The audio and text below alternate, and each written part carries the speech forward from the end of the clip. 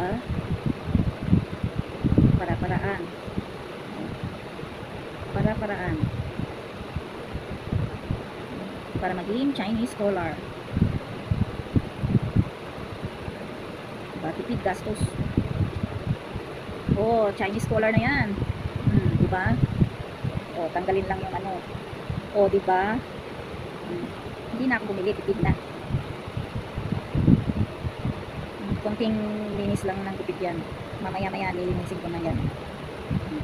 Oh, tinanggal ko lang yung kwelyo, Chinese collar na. Yan ang bagong uniform ng aking anak. Diba? Tanggalin lang ang kwelyo. Ito na ang resulta.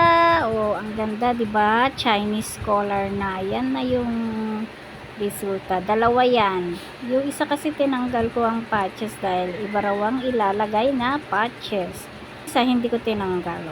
Ayan.